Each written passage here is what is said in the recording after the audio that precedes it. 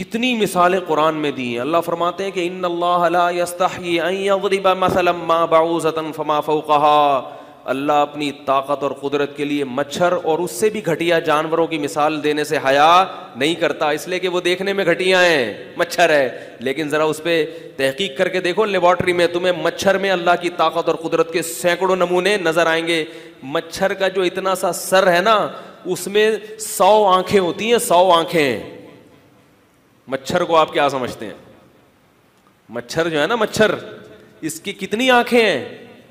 100 ہیں یا 400, مجھے بھی صحیح یاد نہیں رکھتا, میں نے بڑی تحقیق کی تھی اس کی. 100 آنکھیں ہیں, 100 بلب لگے ہوئے اس کے. اتنے سے سر میں اللہ نے کیا لگا دیا؟ 100 آنکھیں لگا دی.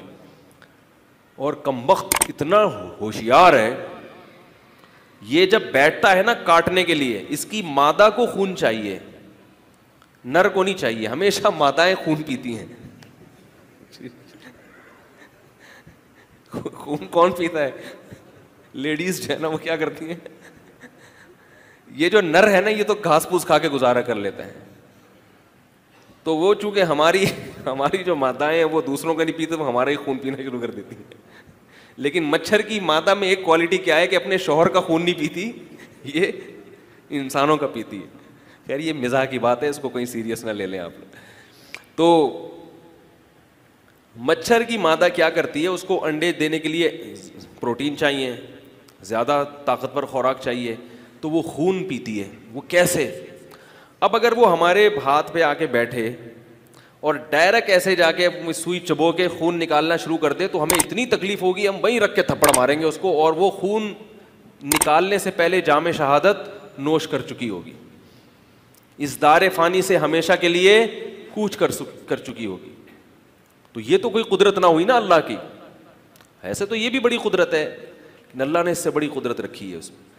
وہ کیا کرتی ہے, سب سے پہلے آ کے بیٹھے گی, ایک کیمیکل چھوڑے گی جو اس جگہ کو سن کر دے گی. بالکل جیسے میڈیکل سائنس نے ترقی کی ہے نا, کہ کوئی تکلیف دہ کام کرنا ہو تو پہلے جگہ کیا کر دو, سن کر دو, وہ سن کرے گی. تبھی ہمیں نہیں پتہ چلتا. پھر ایک سوئی چبوئے گی اور سرنج کی طرح بالکل دوسری سوئی چبوتی ہے. یہ والی سوئی ہے سن کرنے کے لیے, اس میں کیمیکل بھی باقاعدہ وہ پھینکتی ہے. وہ کیمیکل جا کے اس جگہ کو کیا کر دیتا ہے, سن. اب ہمیں تکلیف کا احساس اس وقت نہیں ہوتا. پھر وہ دوسری سرنج, دوسری نوک نکالتی ہے سونڈ کی طرح, اور وہ اس میں داخل کرے گی اور ایسے کر کے خون سک کر کے سک کرے گی, اور پی کے کیا بن جائے گی. بعض دفعہ اتنی مسٹنڈی ہو جاتی ہے, مچھر کی جو مادہ ہے وہیں اسے اڑا ہی نہیں جا رہا ہوتا. اب یہ جو ہمیں بعد میں سوجن ہوتی ہے نا, اچھا پھر وہ ایک کیمیکل چھوڑتی ہے جس سے خون جم جاتا ہے. ورنہ اگر وہ خون نکال کے چلی جائے تو خون نکل کے ہمارا بہنا شروع ہو جائے, جو ہمارے لیے بہت نقصان دہ ہوگا. تو وہ کیا ہوتا ہے, خون بند. تبھی مچھر خون نکالتا ہے تو خون بہتا نہیں ہے, وہ وہیں بند ہو جاتا ہے. تو اب وہ مادہ کیا کرتی ہے کہ اب تھوڑی دیر بعد جو ہمیں تکلیف ہوتی ہے نا, یہ اس سرنج کی وجہ سے جو سوراخ ہوا ہے اس سے نہیں ہوتی, یہ جو اس نے سن کرنے کے لیے کیمیکل چھوڑا تھا نا, اس کیمیکل کی بعد میں ہمیں سوجن محسوس ہوتی ہے. نہیں یار میرا خیال ہے اتنا سا مچھر, اتنا سا دماغ, لیکن ٹیکنالوجی وہ جو آج ہزاروں سال کے بعد انجیکشن کی ٹیکنالوجی جو سائنسدانوں نے ایجاد کی ہے. ایک ایک جانور کی اللہ الگ الگ مثال دیتے ہیں قرآن مجید میں, الگ الگ مثال دیتے ہیں.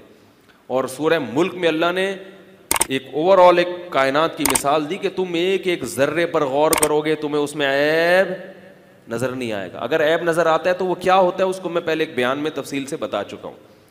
تو اس لیے اللہ نے فرمایا اگلی آیات میں دھمکی دی ہے, فرمایا یہ دلائل اگر تمہاری سمجھ میں نہیں آتے ہمارے وجود کے, ہماری توحید کے, ہمارے دین کے برحق ہونے کے, تو پھر اللہ یہ کہنے میں حق بجانب ہے وَلِلَّذِينَ كَفَرُوا بِرَبِّهِمْ عَذَابُ جَهَنَّمَ, جو لوگ اپنے رب کے ساتھ کفر کریں گے ان کے لیے جہنم کی آگ کا عذاب ہے.